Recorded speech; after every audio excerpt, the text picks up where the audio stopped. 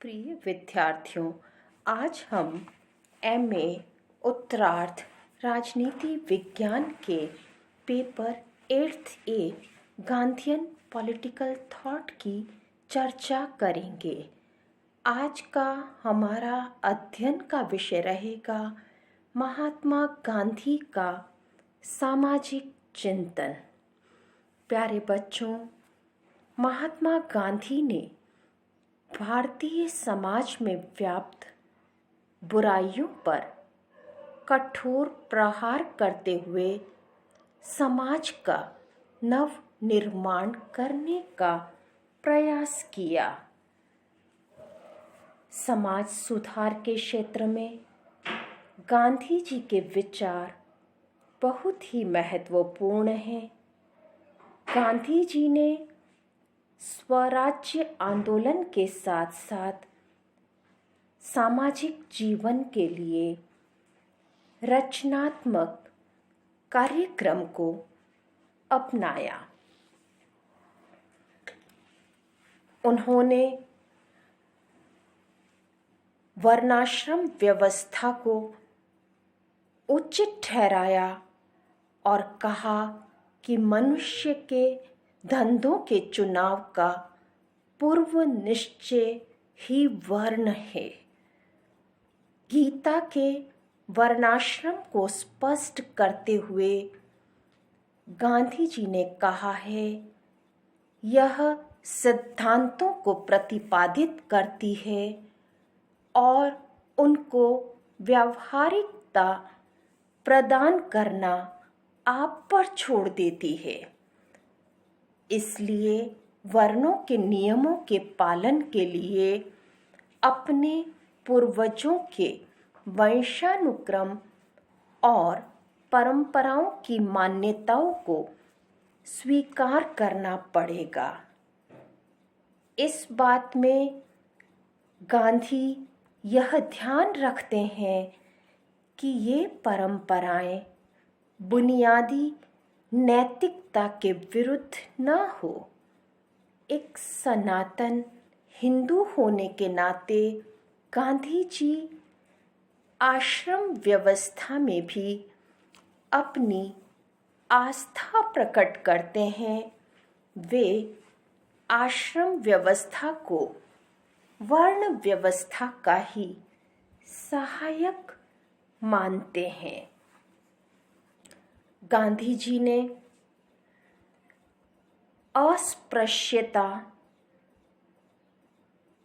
का अंत करने का बीड़ा उठाया। अस्पृश्यता भारतीय समाज का एक गंभीर दोष रही है। उन्होंने इसके अंत का कार्य हाथ में लिया और काफी सफलता भी मिली। गांधी जी अस्पृश्यता को भारतीय समाज के लिए एक कलंक मानते थे और उनका कहना था कि यह एक ऐसा घातक रोग है जो समस्त समाज को नष्ट कर देगा। वे अछूतों के समान राजनीतिक और आर्थिक अधिकार दिलाने के पक्ष में तो थे ही, उनके द्वारा सबसे अधिक जोर इस बात पर दिया गया कि अछूतों को भी सवर्ण हिंदुओं के समान मंदिर प्रवेश और पूजा आराधना का अधिकार मिलना चाहिए। उनका विचार था, इससे अछूतों में आत्मसम्मान की भावना जागृत होगी और उनके प्रति सवर्ण हिंदुओं का दृष्टिकोण बदलेगा। गांधी जी ने सवर्ण हिंदुओं और अछूतों के बीच विवाह संबंध तथा गोद लेने के संबंध स्थापित करने पर बल दिया। अछूतों को हरिजन का सम्मानप्रद नाम गांधी जी ने ही प्रदान किया था। और हरिजनों की स्थिति में सुधार के लिए उन्होंने जितने प्रयास किए संभवतया उतने अन्य किसी भी व्यक्ति ने नहीं किए हैं। गांधी जी सामाजिक क्षेत्र में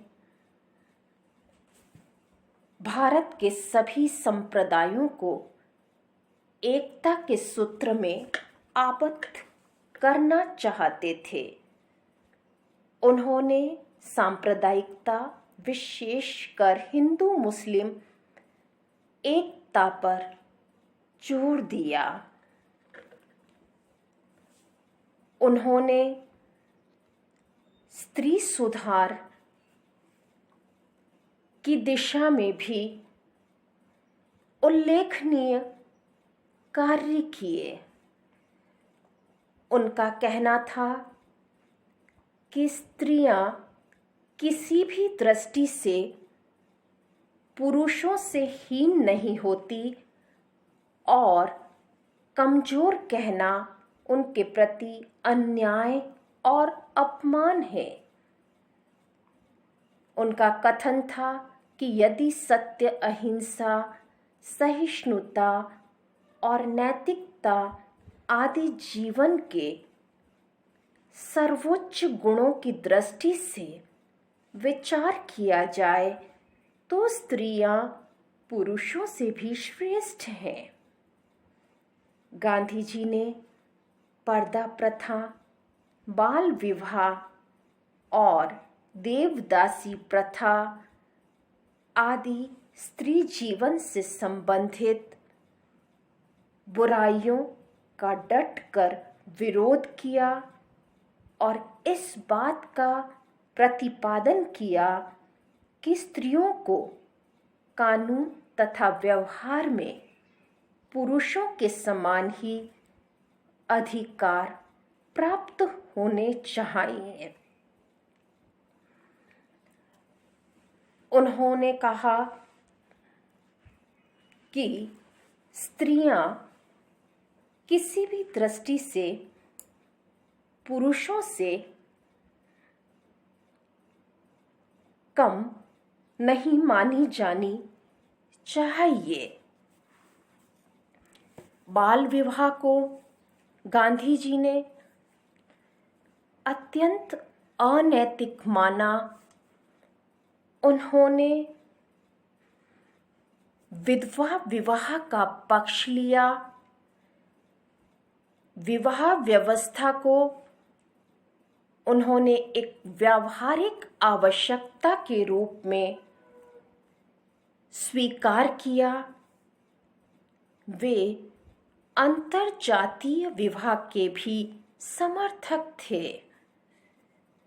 वास्तव में महात्मा गांधी ने भारतीय समाज की सभी बुराइयों पर प्रहार किया और उसे उच्चतर धरातल पर ला खड़ा करने की चेष्टा की।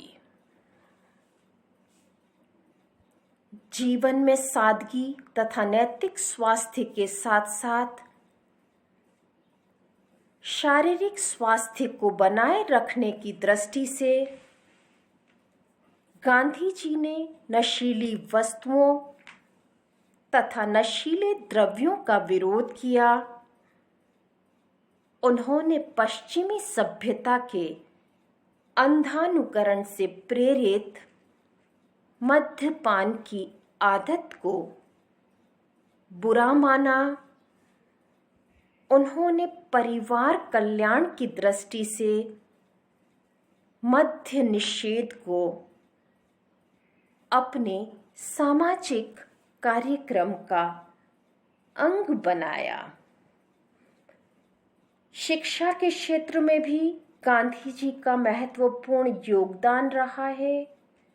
उनका विचार था कि शिक्षा का उद्देश्य शरीर, आत्मा व मस्तिष्क का समन्वित विकास है और इस दृष्टि से वे अंग्रेजों द्वारा भारत में स्थापित शिक्षा पद्धति को बहुत अधिक दोषपूर्ण मानते थे। देश की आवश्यकताओं को दृष्टि में रखते हुए उनके द्वारा एक नवीन शिक्षा प्रणाली का सुझाव दिया गया, जो बुनियादी शिक्षा के नाम से प्रसिद्ध है।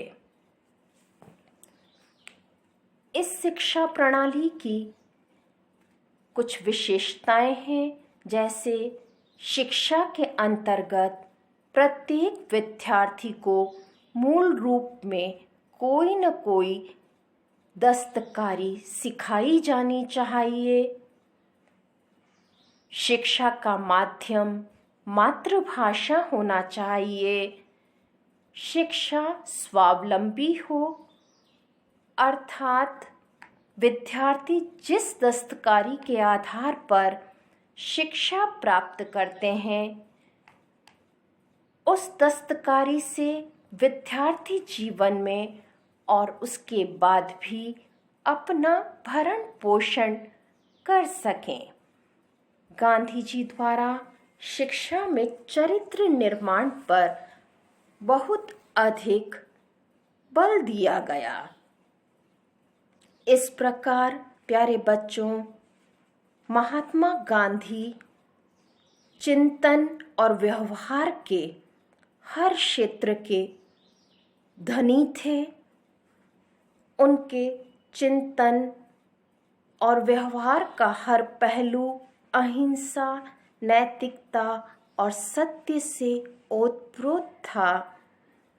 उन्होंने सामाजिक और आर्थिक विचारों की कोई निश्चित योजना प्रस्तुत नहीं की, वरन समय समय पर उन्होंने जो भाषण दिए और लेख लिखे, उनसे ही हमें उनके सामाजिक आर्थिक दर्शन का बोध होता है।